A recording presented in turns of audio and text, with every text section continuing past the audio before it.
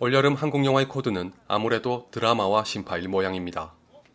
현실적으로 어쩔 수 없는 방도라고 생각합니다. 스케일과 비주얼을 앞세운 영화로는 할리우드의 상대가 될 수 없으니 정서적으로 관객을 끌어안는 것이 현명한 선택이자 고유의 해법으로 자리했습니다. 그런 의미에서 제작비가 많으면 많을수록 드라마와 신파에 더더욱 집중하는 건 불가피하다고 볼 수 있습니다. 대다수 관객의 취향이 드라마와 신파에 부합하기 때문입니다.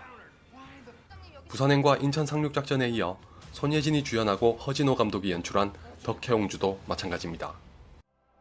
저는 조선의 옹주 이덕혜입니다.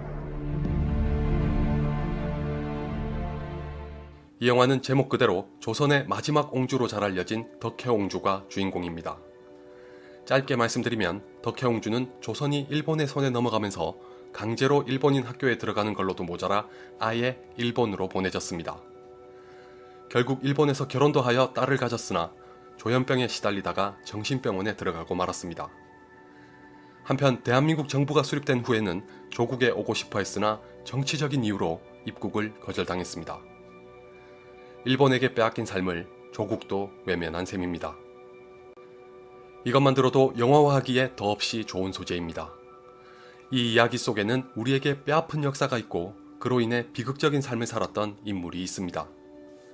실화 그 자체로서 이미 드라마틱한 동시에 대한민국이기에 가능한 이야기가 살아 숨쉬고 있습니다. 충분히 매력적이죠. 그런데 영화는 이것으로 만족하지 않고 드라마와 신파를 집중적으로 부각시킵니다. 다시 옹주님을 찾을 것입니다. 반드시.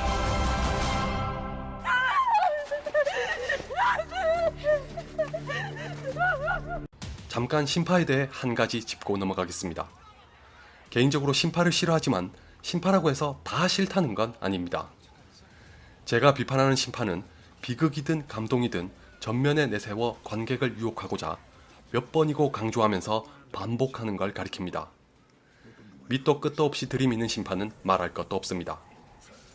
제게는 부산행과 인천 상륙작전이 그런 영화에 속했습니다. 덕혜옹주도 도입부부터 관객의 감정을 도발합니다. 일단 시간적 배경이 다른 것도 아닌 일제강점기입니다. 대한민국 국민이라면 누구라도 치를 떨 시기죠. 따라서 영화는 자연스레 반일 감정을 내세우는 것으로 문을 열고 있습니다. 여기까진 괜찮았지만 이건 단지 시작일 뿐입니다. 도입부는 앞으로 덕혜옹주가 어떤 톤으로 진행될지를 알린 예고였습니다. 영화는 시종일관 덕혜옹주라는 인물이 가진 상징성을 내세우면서 반일 감정을 담보로 한 드라마와 신파로 수를 놓습니다. 결말의 연출과 편집은 인천 상륙작전을 고스란히 닮았습니다. 덕혜옹주는 끝내 역사와 이성이 아닌 허구와 감성이 관객을 지배하도록 만듭니다. 제가 모시겠습니다. 조선으로 돌아갈 날만 기다리고 있습니다. 영친왕 전하를 상해로 망명시킬 계획입니다. 함께 하시죠. 이 영화를 허진호 감독이 연출했다는 것에서는 격세지감마저 느꼈습니다. 데뷔작인 8월의 크리스마스는 당대의 멜로 영화와 달라서 주목과 야유를 동시에 받았습니다.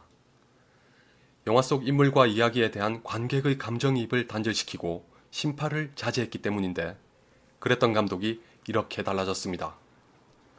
8월의 크리스마스가 제 인생의 영화 중 하나인 입장에서는 아쉬움이 가득합니다.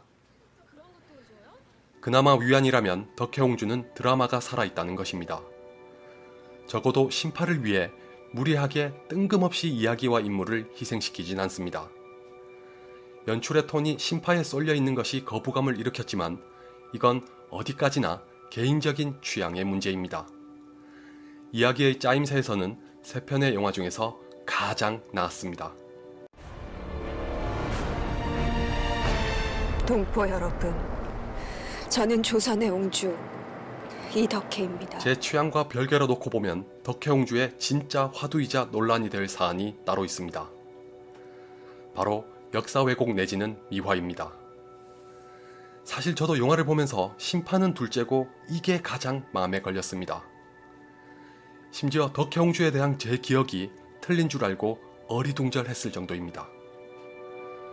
물론 실화와 실존 인물을 소재로 한 영화에서는 종종 불거지는 문제지만 덕혜옹주는 그 정도가 조금 심해 보입니다. 모르긴 몰라도 절반 이상은 허구를 덧대어서 각색했습니다.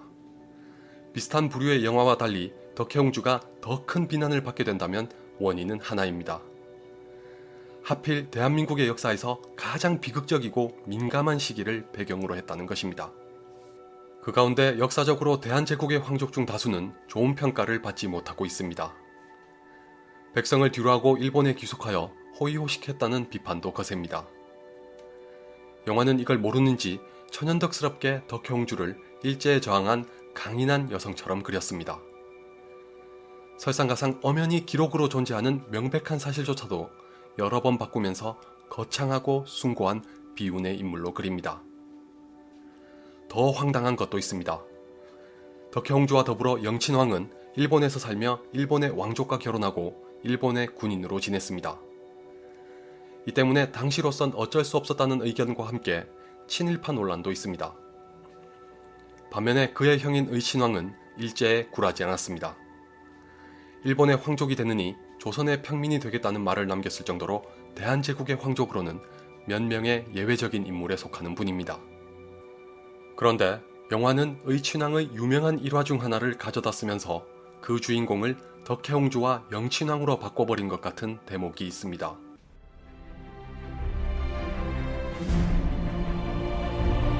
欧州を中心に朝鮮人の士気が上がっている。欧州は危険人物です 제가 정말 이해할 수 없는 게 바로 이런 부분입니다. 앞에서 말했다시피 덕혜옹주의 삶은 이미 그 자체로 드라마틱합니다. 일제에 짓밟힌 대한민국의 상징으로서 얼마든지 좋은 이야기와 재미있는 영화로 각색할 수 있습니다. 굳이 역사 왜곡이나 미화라는 논란까지 감수하면서 역사와 크게 동떨어진 인물로 그릴 필요가 있었는지 의문입니다. 황족이 독립운동에 나서지 않았다는 비판을 의식한 것이라고 하기엔 도리어 불난집의 부채질하는 형국이라서 더더욱 이해할 수 없습니다. 이 난제 때문인지 허진호 감독의 연출 방향도 모호합니다. 상징성을 띈 인물에게 허구를 더해 역사적이고 국가적인 이야기를 다루려고 한 건지 소용돌이에 휘말려 비극적인 삶을 산 개인에게 초점을 맞추려고 한 건지 뒤로 갈수록 혼란스럽고 갈팡질팡합니다. 입국이 거부되셨습니다. 저 조선인이에요. 저 조선인 이덕혜라고요. 자, 다음이요. 저기요. 저기요. 뭐 하는 거예요? 왜 지금 거부를 당겨? 저기요. 영화를 보고 나오는 길에는 나오미 와츠가 주연한 다이애나가 떠올랐습니다. 다이애나와 덕혜옹주는 인물을 다루는 방식에서 정반대입니다. 다이애나의 경우는 지극히 개인적인 이야기로 축소시켰습니다. 주인공을 우리나라의 중년 여성으로 바꿔도 지장이 없을 만큼 일개 로맨스 영화에 그쳤습니다. 그 바람에 칸 영화제를 비롯해 거의 만장일치로 혹평을 받았습니다. 덕혜옹주는 역으로 개인적인 삶이 주였던 인물에게 당대의 지위와 정치적인 입장을 강하게 투영시켰습니다. 그것을 위해 역사까지 바꾸면서 상징성에 의미와 가치를 부여하려고 시도했습니다. 실존했던 인물에게 상상력을 입히고 각색하여 풍성한 이야기로 만드는 시도는 창작의 자유라는 측면에서 이해해야 한다고 생각합니다.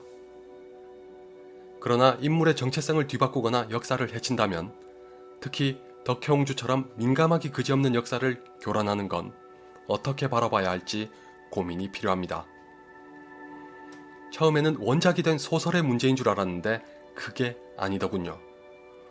오히려 영화에 더 많은 허구가 작용했다고 합니다. 왜 굳이 이렇게까지 했어야 하는지 모르겠습니다. 손예진의 눈부신 연기가 안타까울 따름입니다. 옹주님,